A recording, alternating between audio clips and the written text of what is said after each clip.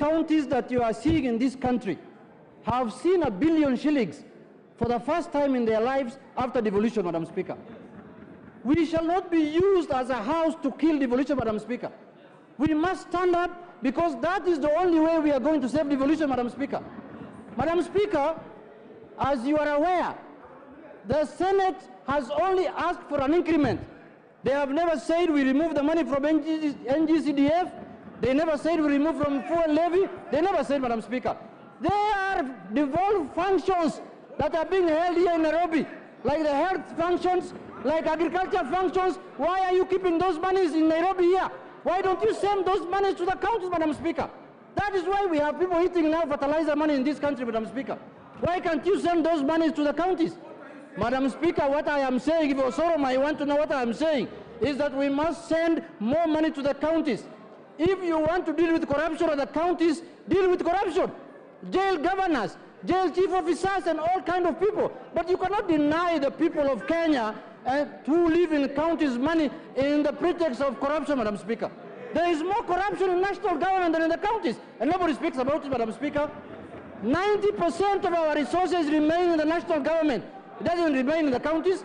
We are devolving less than 15% to counties, and we magnify the corruption there as though that is the only money that is in Kenya, Madam Speaker. Monies are in Nairobi. Monies are in ministries. Monies are in PSS and ministers here. That is why we are dealing with issues of fertilizer today, Madam Speaker. Madam Speaker, I want to urge this House, let us not be used as a house to kill devolution. What is going to bring life to this country? What is going to develop this country? What is going to make this country a first world country, Madam Speaker, is devolution. That is how Germany developed, that is how France developed, and that is how all democracies developed, Madam Speaker. Madam Speaker, I want to say this.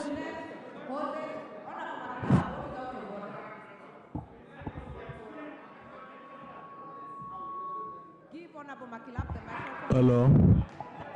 Madam Speaker, I hope, Madam Speaker, let me conclude by saying that you cannot add 6 billion shillings. Honorable Junet, take your seat. Honorable McClap, what is out of order? And let's get the IT department work on the sound. Honorable McClap. Madam Speaker, I think we've had enough debate on this matter, and we can call the mover to reply. Madam Speaker, this matter is as good as done, Madam Speaker, and we can invoke Article 95 and call the mover to reply. I will let Honorable Junet finish. Madam Speaker, it will be sad, Honorable Makilap, who was a former Speaker of Baringo County, can be used to derail devolution in this country. But Madam Speaker, we are dealing with a budget of 3.9 trillion, almost 4 trillion. And we are giving counties only 396 billion, Madam Speaker. And we have added this year, this financial year, only 6 billion shillings, Madam Speaker. If you divide 6 billion shillings by 47 counties, every county is going to get 30 million shillings. What kind of money is that? What kind of money is that? Is that enough to develop this country? Madam Speaker, let us be honest to each other. If we want to develop this country, we must devolve funds. If there are issues of corruption, we must deal with them. We cannot use corruption to stifle devolution, Madam Speaker. Madam Speaker, look at what's happening to devolution. Since the inception 2013, the devolution is struggling to get their required amount of money. Madam Speaker, in this House, when we are dealing with the devolution, with the division of revenue, we are supposed to divide this money vertically first between counties and national government, Madam Speaker. And Madam Speaker, if you hate your governor, that is your own problem. You can go and sort out your issues at home. You are totally out of order. Totally. Out of order. Honorable Junet, wind up. Madam Speaker, I want to tell Honorable Osoro, if you hate your governor, you can go and sort out your problems at home. If you want to run for governor, it's up to you. If you want to run for MCA, it's up to you. But the fact of the matter is, the only monies that Kenyans are enjoying is the money that goes to devolution, Madam Speaker. No other money is on the ground. And the NGCDF, those two monies, county governments and CDF money, that is all, Madam Speaker. All the other monies are in the hands of people like Linturi. Thank you, Madam Speaker. Honorable members, in my own evaluation, I see there are still some interested members to speak on this motion. So I will not put the question. I will give 2 people from my right, and I will give another 2 on my left. If there is more, we will continue for a while. Honorable Mukunji, you have the floor. Thank you, Honorable Speaker. Let me start by saying I rise to reject in totality, Honorable Speaker, the Division of Revenue Bill as it has come from Senate. And Honorable Speaker, I want to first correct Honorable Member Junet that in his constituency he doesn't have to do work for him to be elected. He just have to say the name of a person I don't want to mention. Honorable Speaker,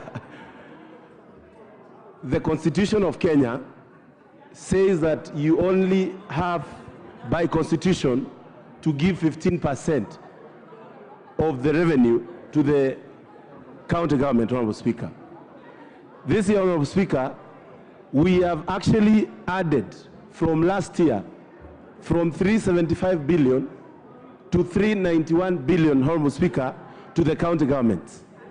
Honorable Speaker, many people will agree with me that the money that goes to the county is invisible compared to any other resources that come through GAF, NGCDF, and Honorable Speaker, money that is actually appropriated through CARE, Honorable Speaker.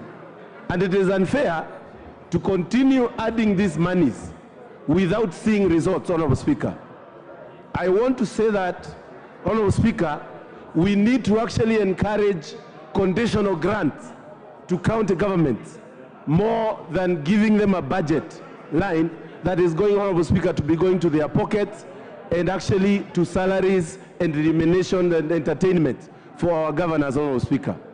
Honorable Speaker, we actually need to empower NGCDF and other funds, Honorable Speaker, because, Honorable Speaker, what we have done in this country in the name of devolution is created semi-gods and people who actually enrich themselves without the thought of our people that require resources and work to be done. Honorable Speaker, while we are discussing this, it is important for this House to critically think about empowering our county assemblies.